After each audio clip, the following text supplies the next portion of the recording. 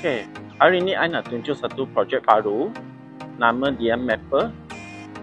So untuk rumah ini Superlink 22 kali 85. Banyak besar.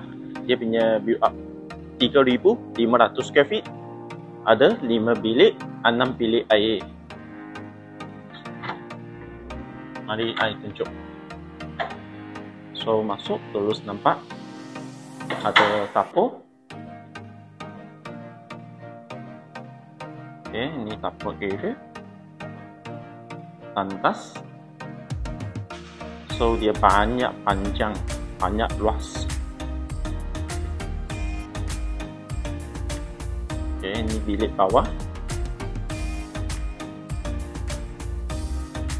So dia punya living hall special sikit. Living hall dia akan menghadap garden area. Lebih kurang ada 40 kaki lah dia punya garden. Okay, bila sampai first floor, dia punya living hall banyak luas, banyak besar. Okay, so ini dia punya master room.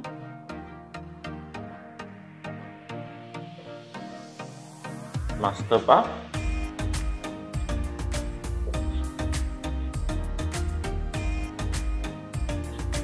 So ini second master room.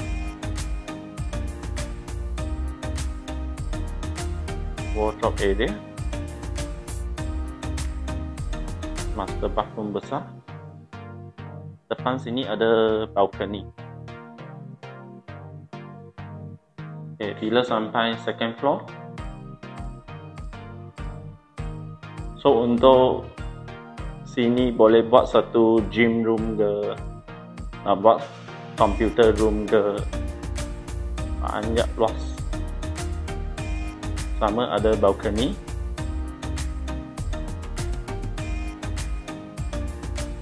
So belakang sini ada 2 bilik. 2 bilik master room juga. Okay, ada sendiri punya bilik air.